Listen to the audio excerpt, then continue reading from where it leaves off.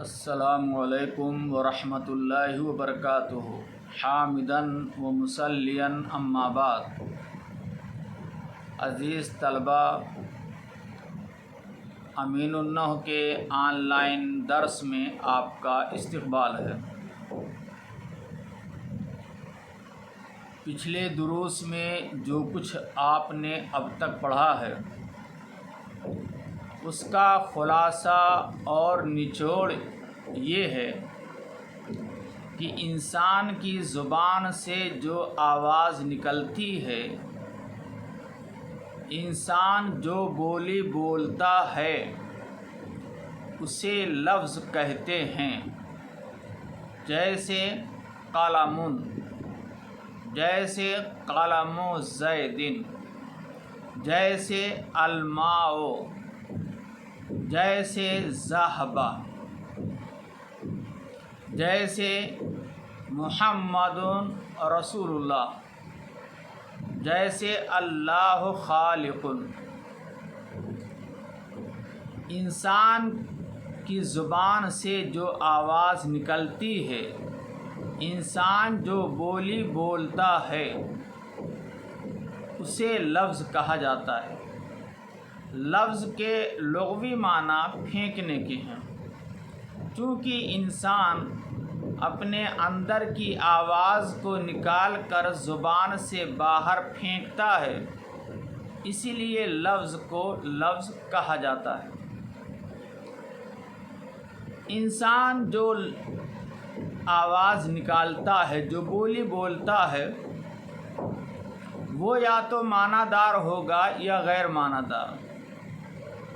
اس طرح سے لفظ کی دو قسمیں بنتی ہیں۔ اگر لفظ معنی دار ہے، لفظ کا کوئی معنی ہوتا ہے تو اس کو لفظ موضوع کہتے ہیں، جیسے زید، جیسے قلم، جیسے کتاب وغیرہ۔ اور اگر لفظ کا کوئی معنی نہیں ہوتا ہے، بے معنی لفظ ہے، تو اس کو لفظ مہمل کہتے ہیں، جیسے زید کا الٹا دیس، اور جیسے جسق، جسق کا کوئی معنی نہیں ہوتا ہے۔ یا آپ کہیں قلم کا الٹا ملق، کوئی معنی نہیں ہوگا۔ اردو میں آپ استعمال کرتے ہیں چائے وائے، کرسی ارسی، کتاب وتاب، تو یہ وائے اور ارسی اور وتاب یہ مہمل ہے، جس کا کوئی معنی نہیں۔ مہمل کے معنی بیکار، چھوڑا ہوا۔ لفظ موضوع کی پھر دو قسمیں ہیں۔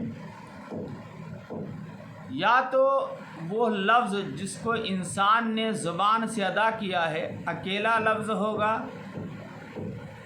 ایک معنی بتلا رہا ہوگا، یا تو اکیلا لفظ نہیں ہوگا، سنٹینس اور جملہ ہوگا۔ اگر انسان کی زبان سے جو آواز نکلی ہے، جو لفظ ورڈ نکلا ہے، اگر معنی دار ہے اور اکیلا لفظ ہے، ایک ہی معنی پر دلالت کرتا ہے، تو اس کو کلمہ کہیں گے۔ گویا کہ لفظ موضوع کی دو قسمیں ہوئی۔ نمبر ایک کلمہ، نمبر دو کلام۔ کلمہ کا دوسرا نام مفرد ہے اور کلام کا دوسرا نام مرکب ہے۔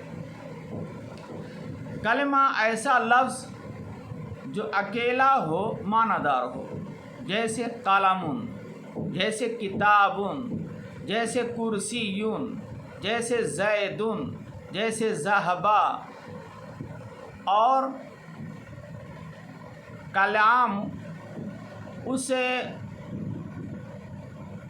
جملہ کو کہتے ہیں جو دو لفظوں سے مل کر بنا ہو یا دو سے زائد سے مل کر بنا ہو، جیسے قلم زیدن، قلم الگ ہے، زید الگ ہے، دو لفظوں کو ملا کر کے جوڑ کر کے ایک جملہ بنا دیا گیا، یہ ہے کلام، اس کو مرکب کہتے ہیں۔ جیسے قلم زید، جیسے غلام زید، جیسے اسم اللہ، جیسے ان اللہ، جیسے انا زیدن قائم۔ دیکھیے سب جملے ہو گئے، کئی لفظ سے مل کر بنا ہے۔ کلام کا دوسرا نام مرکب ہے، یعنی مرکب اس جملہ کو کہتے ہیں جو دو لفظوں سے مل کر بنا ہو یا دو سے زائد سے مل کر بنا ہو۔ دو لفظوں سے مل کر بنا ہو، جیسے ذہب زید، جیسے قلم زید، غلام زید، کتاب اللہ، یا دو لفظوں سے زائد سے مل کر بنا ہو، جیسے خلق اللہ الارض، جیسے ذہب زید الی المسجد، جیسے انا فی المسجد، جیسے انا زیدن قائم، اور جیسے اشہد ان لا الہ الا اللہ و اشہد ان محمد رسول اللہ۔ ان تمام مثالوں میں عزیز طلبہ آپ دیکھیں گے کہ جملہ کئی لفظوں سے مل کر بنا ہے۔ کلمہ کی تین قسمیں ہیں: اسم، فعل، حرف۔ اسم اس کلمہ کو کہتے ہیں جو اپنا معنی مستقل بتلائے، دوسرے کلمہ کا محتاج نہ ہو، یعنی دوسرے کلمہ کے ساتھ ملے بغیر اپنا معنی خود بتلا سکے، اور تینوں زمانوں میں سے کوئی زمانہ نہ پایا جائے تو اس کو اسم کہتے ہیں۔ جیسے زیدن، جیسے الماء، جیسے البنت، الولد، الکتاب وغیرہ۔ کلمہ کی دوسری قسم ہے فعل۔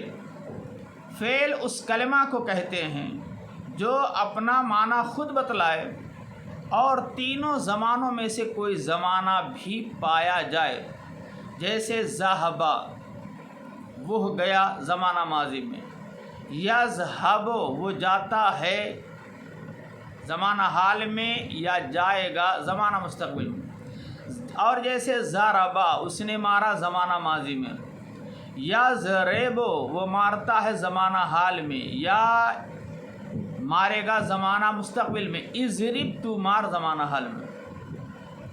اور کلمہ کی تیسری قسم ہے حرف۔ حرف وہ کلمہ ہے جو اپنا معنی خود نہ بتلا سکے، جب تک دوسرے کلمہ کے ساتھ نہ ملے اپنا معنی نہ بتلائے، دوسرے کلمہ کے ساتھ مل کر کے ہی اپنا معنی بتلا سکے، اور تینوں زمانوں میں سے کوئی زمانہ نہ پایا جائے۔ جیسے من معنی سے، الی معنی تک۔ اب بات پوری نہیں ہو رہی۔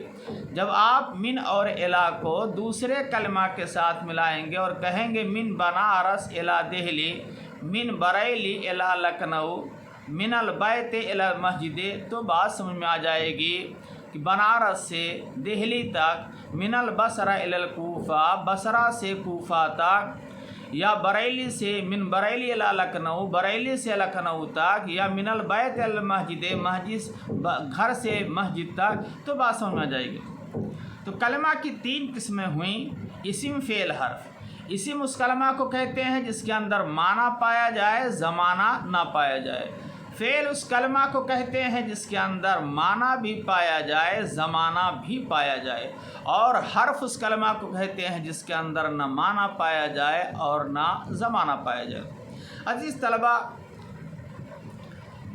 لفظ موضوع کی دوسری قسم تھی مرکب، جس کو کلام کہتے ہیں۔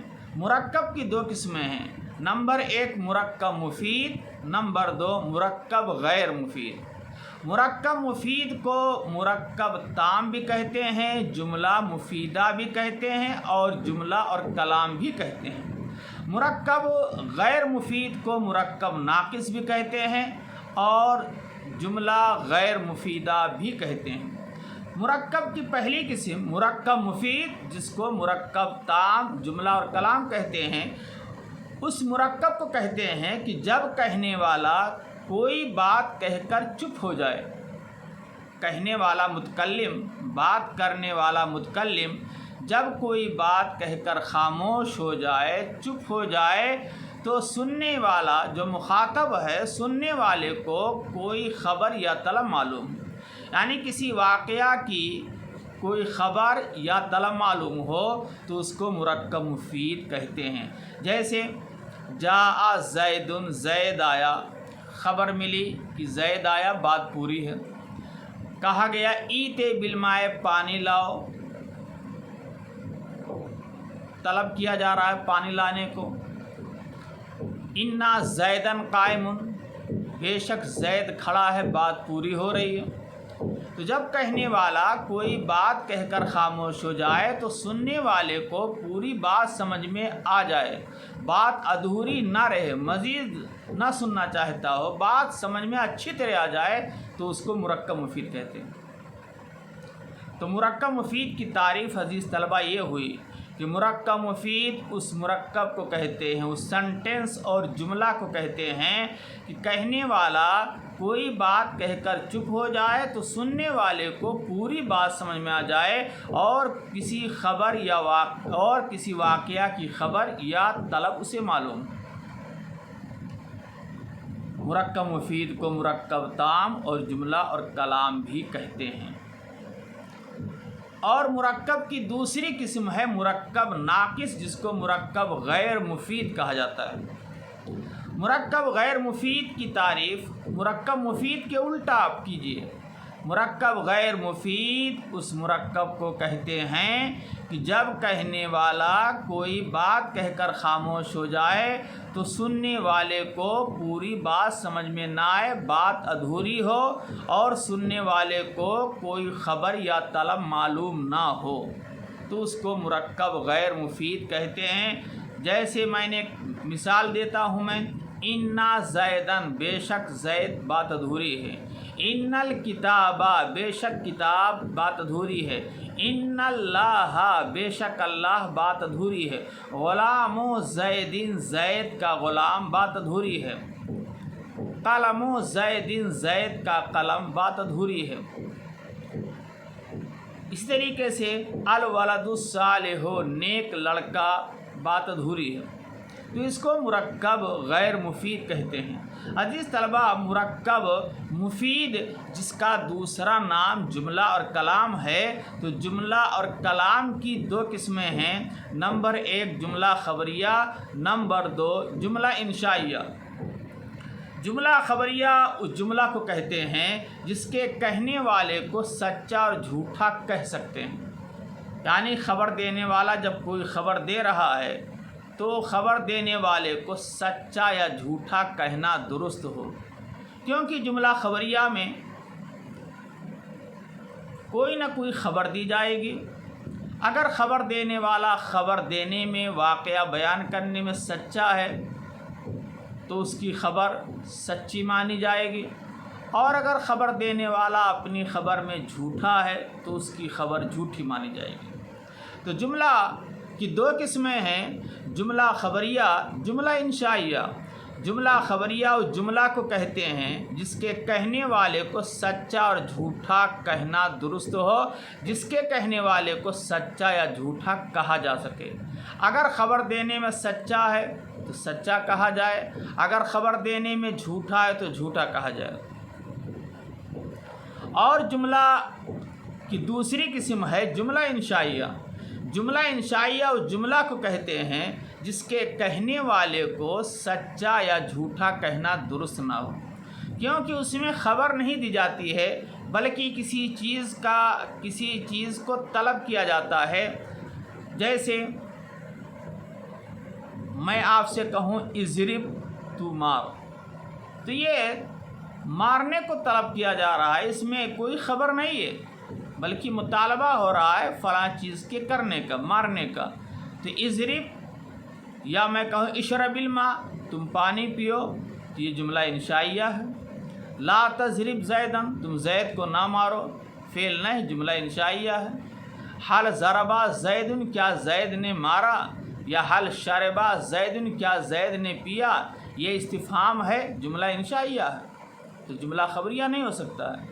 تو جملہ انشائیہ اس جملہ کو کہتے ہیں جس کے کہنے والے کو سچا یا جھوٹا کہنا درست نہ ہو، اس لیے کہ اس کے اندر کسی چیز کی خبر نہیں دی جاتی ہے۔ عزیز طلبہ، تنبیہ آپ کتاب میں دیکھیے عبارت تنبیہ، جملہ خبریہ کسی واقعہ کی خبر اور اس کا بیان ہوتا ہے۔ اب اس واقعہ کو نہ دیکھا جائے کہ کیا ہے، اور اس کی خبر دینے والے اور بیان کرنے والے کو بھی نہ دیکھا جائے کہ سچا آدمی ہے یا جھوٹا، صرف جملہ کے مضمون اور معنی کو دیکھا جائے تو اس کے کہنے والے کو سچا اور جھوٹا دونوں کہہ سکتے ہیں۔ یعنی اگر خبر سچی ہے تو خبر دینے والا سچا، اور اگر خبر جھوٹی ہے تو خبر دینے والا جھوٹا ہوگا۔ پھر اس کے بعد مصنف بتلاتے ہیں کہ جملہ خبریہ کی دو قسمیں ہیں، نمبر 1 جملہ اسمیہ، نمبر 2 جملہ فعلیہ۔ جملہ اسمیہ اسے جملہ کو کہتے ہیں جس کا پہلا جز اسم ہو، یعنی جو اسم سے شروع کیا جائے۔ جملہ اسمیہ اس جملہ کو کہتے ہیں جس کا آغاز اسم سے ہو، جس کے شروع میں اسم لفظ ہو، اسم کا لفظ ہو، اسم ہو، یا جس کا پہلا جز اسم ہو، جیسے زید عالم، زید عالم ہے۔ اس مثال میں زید یہ اسم ہے اور عالم بھی اسم ہے، دونوں اسم ہے۔ تو جملہ اسمیہ اس جملہ کو کہتے ہیں جس کا پہلا جز اسم ہو اور دوسرا جز خواہ اسم ہو یا فعل، کچھ بھی ہو سکتا ہے، لیکن پہلا جز اسم ہو تو اس کو جملہ اسمیہ کہتے ہیں۔ جیسے زید قائم، زید کھڑا ہے۔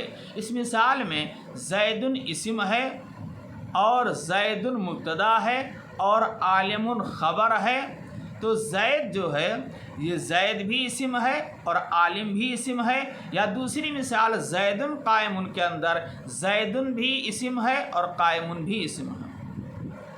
اب زید جو ہے یہ مبتدا ہے، پہلا جز ہے جملے کا اور پہلا جز اسم ہے، اور عالم کیا ہے، یہ خبر ہے، یہ بھی اسم ہے۔ تو زید مبتدا ہے، اس کو مسند علیہ کہتے ہیں، اور عالم خبر ہے، اس کو مسند کہتے ہیں۔ خبر کا دوسرا نام مسند ہے اور مبتدا کا دوسرا نام مسند علیہ ہے۔ جملہ خبریہ کی دوسری قسم جملہ فعلیہ ہے۔ جملہ فعلیہ اس جملہ کو کہتے ہیں جس کا پہلا جز فعل ہو، جیسے ضربا زید، زید نے مارا۔ اب اس مثال میں ضربا فعل ہے، جملے کا پہلا جز ہے، اور زید اسم ہے، فاعل ہے۔ تو ضربا فعل ہے، اس لیے جملہ کے شروع میں فعل آیا ہے، تو جس جملے کے شروع میں فعل ہو اس کو جملہ فعلیہ، اور جس جملہ کے شروع میں اسم ہو اس کو جملہ اسمیہ کہتے ہیں۔ جملہ اسمیہ کی مثال جیسے زید عالم، اور جملہ فعلیہ کی مثال جیسے ضربا زید۔ ضربا یہ فعل ہے اور ضربا یہ فعل ہے، فعل مسند ہوتا ہے، اور زید یہ فاعل ہے، فاعل مسند علیہ ہوتا ہے۔ تو ضربا فعل ہے اور مسند ہے، خبر ہے، اور دوسرا جز زید یہ فاعل ہے اور مسند علیہ، اور فاعل اسم ہوتا ہے۔ اس کے بعد آگے مصنف بتلاتے ہیں کہ مسند اور مسند علیہ کس کو کہتے ہیں۔ تو عزیز طلبہ، مسند حکم کو کہتے ہیں، اور مسند علیہ اس چیز کو کہتے ہیں جس پر کوئی حکم لگایا جائے۔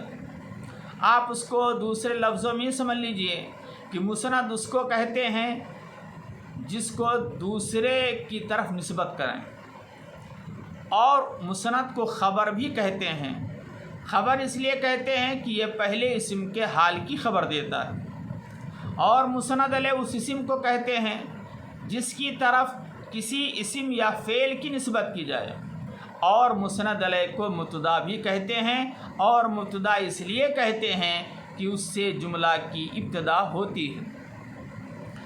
اسم مسند اور مسند علیہ دونوں ہو سکتا ہے. جیسے زید عالم کے اندر زید اور عالم دونوں اسم ہے اور عالم کی نسبت زید کی طرف ہو رہی ہے، اس لیے زید مسند علیہ اور عالم مسند ہوا.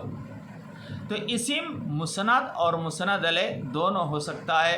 جیسے زید عالم کے اندر زید بھی اسم ہے اور عالم بھی اسم ہے اور زید مسند علیہ ہے اور عالم مسند ہے. اور فعل مسند ہوتا ہے، مسند علیہ نہیں ہوتا ہے.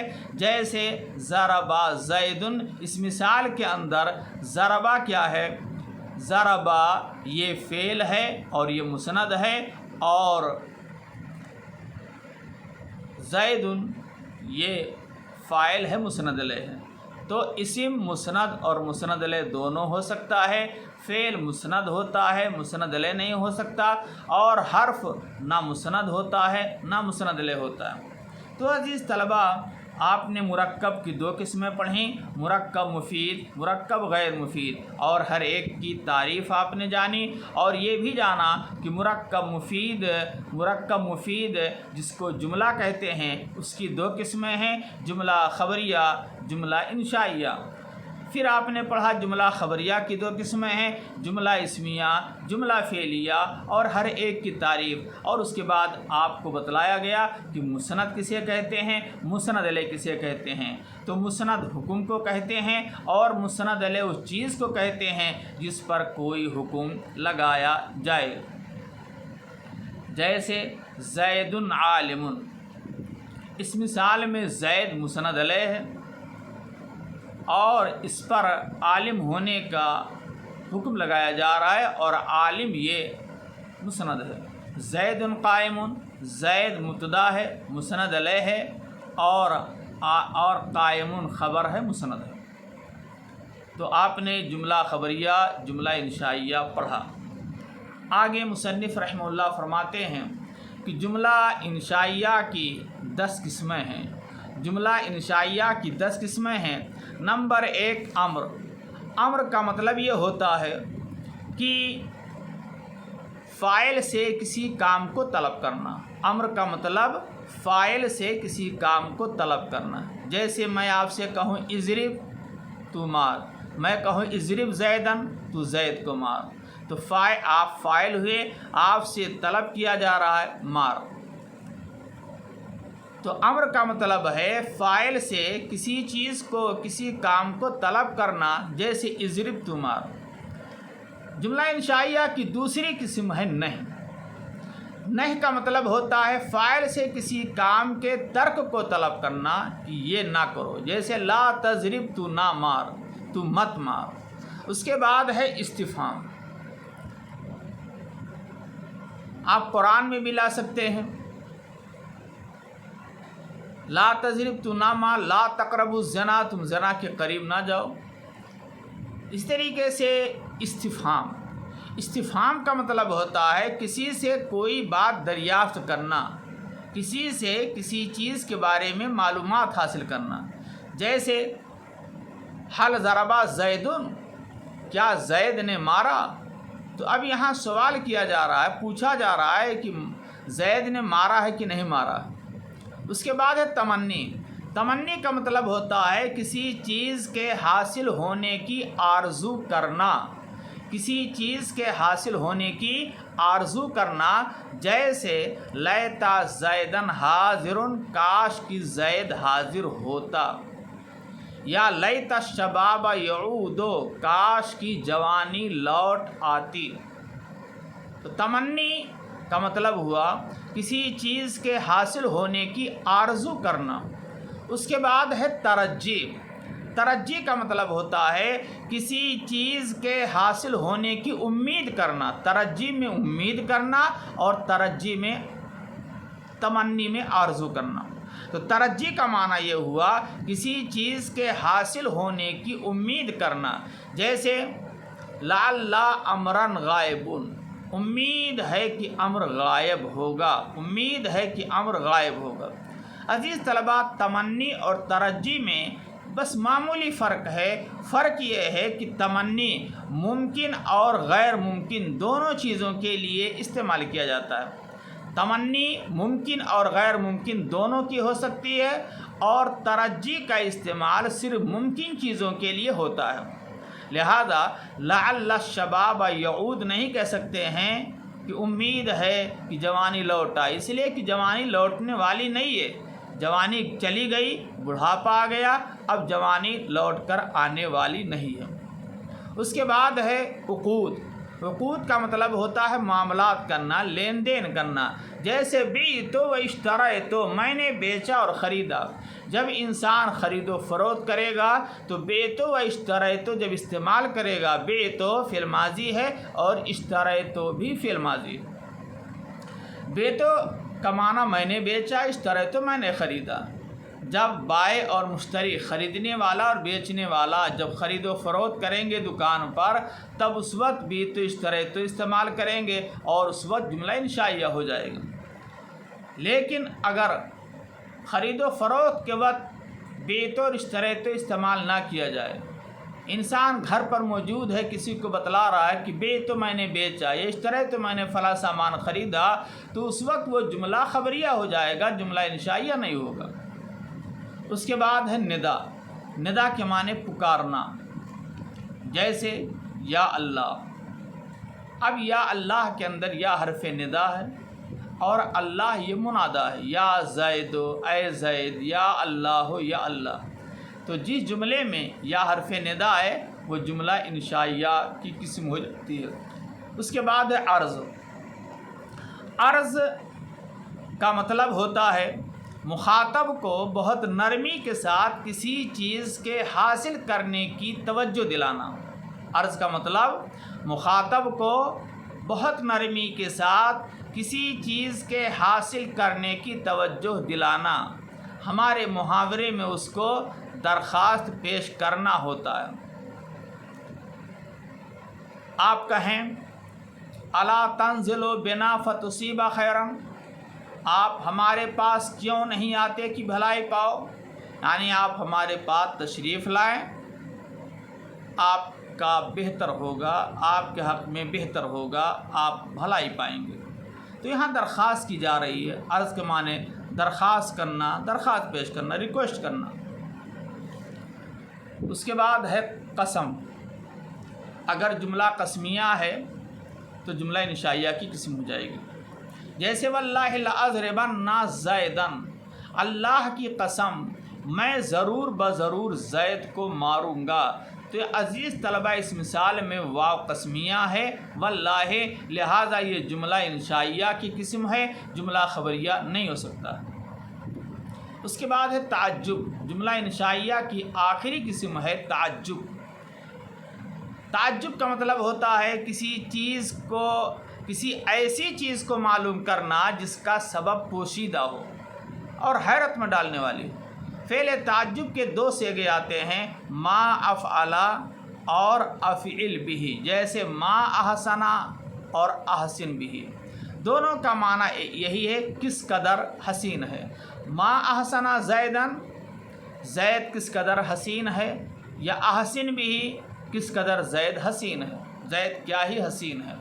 تو جملہ انشائیہ کی کل 10 قسمیں ہوئیں۔ نمبر 1 امر جیسے اضرب، نمبر 2 نہی جیسے لا تضرب، نمبر 3 استفہام جیسے حل ضربا زیدون، نمبر 4 تمنی جیسے لیتا زیدن حاضرون، نمبر 5 ترجی جیسے لعل امرن غائبون، نمبر 6 عقود یعنی معاملات جیسے بعت و اشتریت، نمبر 7 ندا جیسے یا اللہ، نمبر 8 عرض جیسے الا تنزلوا بنا فتصیب خیرا، نمبر 9 قسم جیسے واللہ لأضربن زیدن، نمبر 10 تعجب جیسے ما احسن زیدن و احسن بھی۔ عزیز طلبہ، آپ کو جو کچھ پڑھایا گیا ہے، آپ سے درخواست ہے کہ آپ اس کو کتاب سامنے رکھ کر کے یاد کر لیں، اور اس ویڈیو کو آپ سنجیدگی کے ساتھ، سکون کے ساتھ، تنہائی میں بیٹھ کر کے غور سے سنیں اور پورے پچھلے اسباق کو سمجھنے کی کوشش کریں تاکہ آگے کا درس آپ کو اچھی طرح سمجھ میں آ سکے۔ اللہ رب العالمین آپ کو اس کی توفیق دے. آمین. والسلام علیکم ورحمۃ اللہ وبرکاتہ.